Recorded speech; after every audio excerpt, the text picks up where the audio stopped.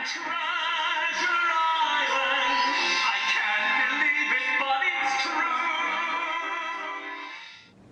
I mean, it's our hope that this musical would introduce this show to a whole new generation of people to fall in love with Robert Louis Stevenson's characters.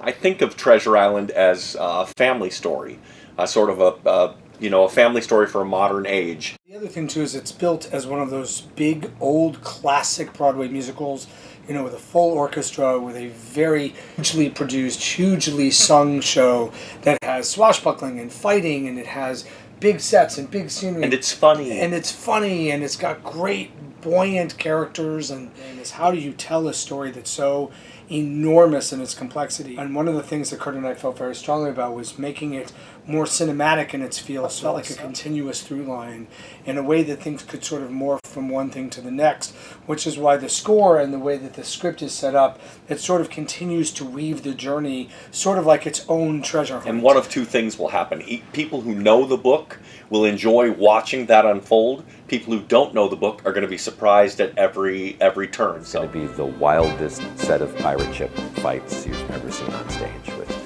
swords and axes and punches and rope swings and climbing and falling, all the stuff we can pack into it.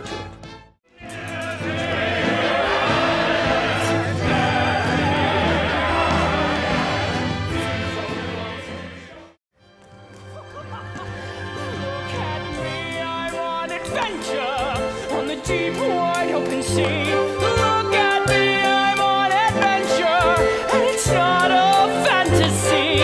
Every day I'll thank the stars above that I now get to say, look at me.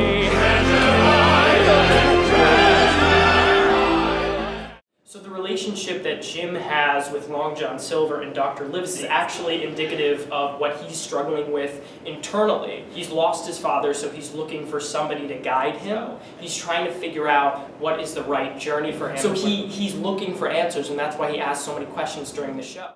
The day I will be a man at last.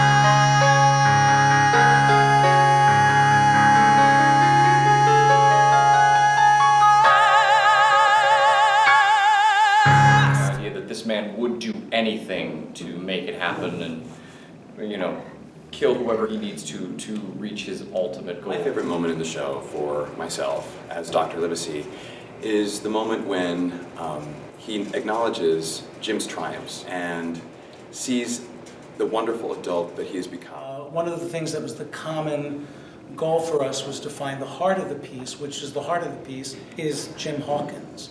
Our two characters falling in love with him and protecting him and watching him become a man. Our director, Mark Robin, challenged me early on to bring a lighter beginning of the second act, which is when my character appears.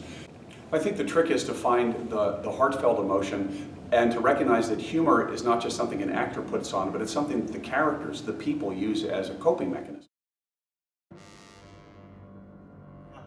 And we've created a sort of grand old-fashioned musical with Treasure Island coming from this book. I think it's perfect. And it still does a lot to perpetuate the idea of new works. One of the things that we're excited about with this production is that it allows a new work, even though it's a title that everybody knows, it's still a new piece of theater. We are excited to be able to present the possibility of a new work that could become a part of the canon of the musical theater form, because without new work, we can't continue to have the future of musical theater. We're just sort of regurgitating the history of musical theater.